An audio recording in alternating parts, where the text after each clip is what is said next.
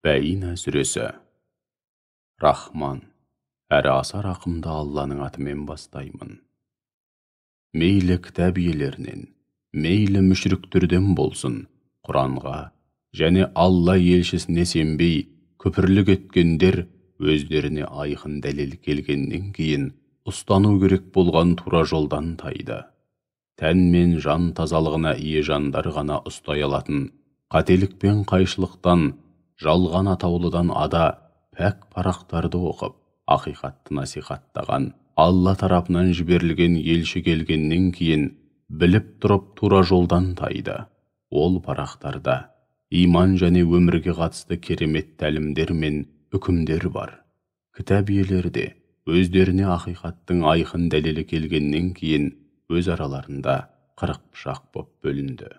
Әйтпесе оларға да хақ дінді шын көңілден толық қабылдап, таухид сенімімен бір Аллаға риясыз құлшылық ету, намазды кемеліне келтіріп, асықпай, уақытылы оқу және зекеттерін толық өтеу бұйырылған еді. Нағыз тура, мінсіз дін міне осы. Расында мейлі кітап иелерінен, мейлі мүшріктерден болсын, өздеріне айқын дәлелдер келген соң, күпірлік еткендер жаһаннам отына түседі, және онда мәңгі бақи қалады. Міне солар жаратылыс атаулының ең жаманы.